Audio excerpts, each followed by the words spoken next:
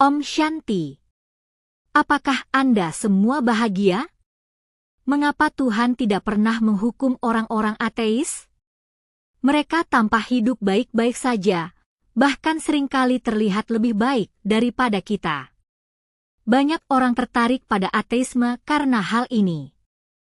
Jika seseorang yang sangat sukses di bidangnya adalah seorang ateis, maka orang lain akan terdorong mengikuti jejaknya. Pikiran manusia cenderung berpikir bahwa mereka memiliki bakat luar biasa meski tanpa iman. Sepertinya orang beriman justru paling sering diuji dan menderita. Kita melihat orang yang mengabarkan ateisme hidup sangat makmur. Karena iman kepada Tuhan seringkali disertai rasa takut akan dosa, maka tanpa Tuhan, orang merasa bebas melakukan dosa. Dalam kisah keagamaan, terkadang diceritakan tentang petir yang menyambar mereka yang menentang Tuhan. Namun, apakah Tuhan melakukan hal itu hanya untuk membuktikan keberadaannya? Jika demikian, apakah Dia bisa disebut Maha Penyayang? Menyakiti orang yang tidak percaya adalah sifat manusia yang memiliki rasa dendam, bukan sifat Tuhan yang penuh kasih.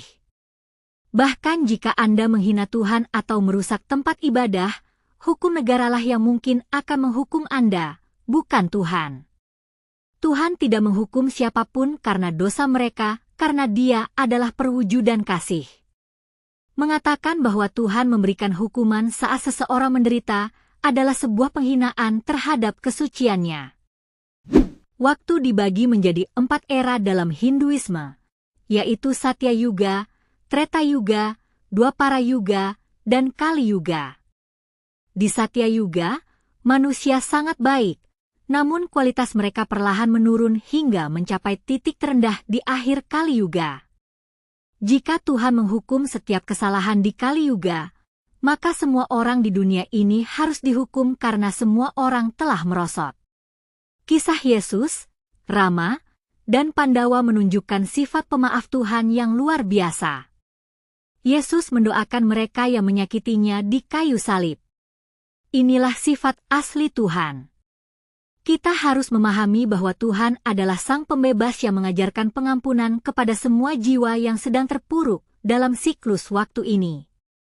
Tuhan disebut sebagai pembebas, namun Dia tidak secara ajaib mengubah nasib seseorang atau menghapus kemiskinan seketika.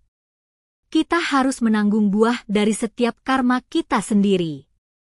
Peran Tuhan adalah membimbing jiwa, seperti saat Dia membimbing Musa membawa budak keluar dari Mesir menuju tanah yang berlimpah susu dan madu, bukan sekadar mengubah nasib mereka di tempat lama. Kali Yuga adalah dunia yang penuh penderitaan dan dosa. Tuhan datang kembali di akhir zaman ini untuk menjelaskan siklus waktu 5.000 tahun. Separuh awal siklus adalah surga yang bertempat di India, sementara separuh sisanya adalah neraka bagi seluruh dunia yang penuh dengan penderitaan. Satya Yuga dan Treta Yuga adalah masa surga, sementara Dwapara Yuga dan Kali Yuga adalah masa neraka. Tuhan datang 100 tahun sebelum Kali Yuga berakhir untuk membawa kembali masa surga. Hanya sedikit jiwa yang akan lahir kembali di surga karena populasinya rendah. Di akhir siklus ini, akan terjadi kehancuran besar di mana semua jiwa meninggalkan raga dan kembali ke Paramdham, dunia cahaya tempat Siwa atau Allah berada. Jiwa adalah titik cahaya halus yang berada di pusat dahi manusia. Tuhan memberikan pengetahuan spiritual untuk memulihkan kebajikan ilahi. Di surga, manusia hidup tanpa nafsu, kemarahan, atau ego. Kehidupan di sana sangat murni dan penuh kedamaian. Dewa-dewi yang disembah di kuil sebenarnya adalah jiwa yang sama yang telah bereinkarnasi berulang kali dan akhirnya kehilangan kemurniannya di Kali Yuga. Tuhan datang untuk mengingatkan identitas asli kita sebagai dewa-dewi tersebut. Akar dari segala dosa adalah kesadaran tubuh, yaitu menganggap diri sebagai raga yang fana. Di surga, semua orang sadar bahwa mereka adalah jiwa, sehingga tidak ada daya tarik fisik yang memicu nafsu. Saat kesadaran jiwa hilang, kebahagiaan pun terputus dan manusia mulai mencari pemuasan indera.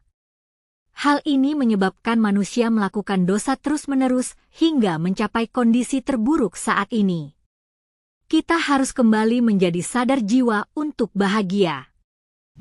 Untuk memulihkan kekuatan spiritual, kita harus selalu mengingat Tuhan Siwa yang tidak pernah mengambil tubuh fisik. Mengingat sosok yang bertubuh dapat membangkitkan nafsu, terutama dengan banyaknya penggambaran fisik yang menarik saat ini. Latihan Raja Yoga adalah mengingat Tuhan sebagai cahaya murni untuk membakar dosa yang terkumpul di dalam jiwa. Tuhan meminta kita menjauhi nafsu, amarah, ego, dan berhenti mengonsumsi daging. Pengetahuan ini akan sangat disukai oleh mereka yang pernah menjadi dewa di surga.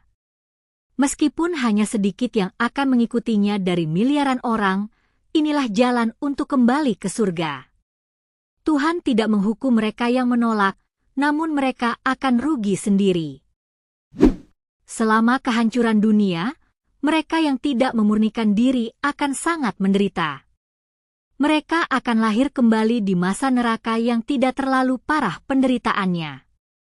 Penderitaan saat ini seperti kemiskinan dan penyakit adalah hasil dari karma buruk di masa lalu yang harus dijalani, terlepas dari apakah seseorang percaya pada Tuhan atau tidak.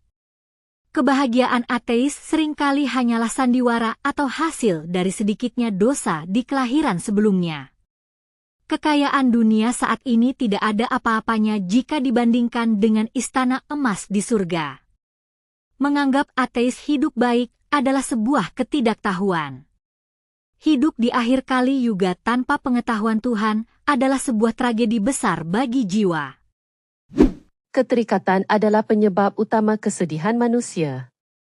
Tuhan mengajarkan kita untuk melepaskan keterikatan pada dunia lama demi menyambut dunia baru yang indah di surga. Kita harus meninggalkan yang lama seperti mengganti sandal usang dengan yang baru. Kebahagiaan sejati tidak boleh bergantung pada kondisi eksternal yang terus berubah. Dengan menyadari diri sebagai jiwa dan terus mengingat Tuhan, akan muncul kebahagiaan batin yang tidak akan sina bahkan di saat bencana terjadi. Pengetahuan ini tersedia secara gratis di Pusat Raja Yoga melalui materi Murali. Tetaplah dalam ingatan kepada Tuhan untuk mengalami kedamaian abadi. Om Shanti. Terima kasih telah menonton tayangan ini.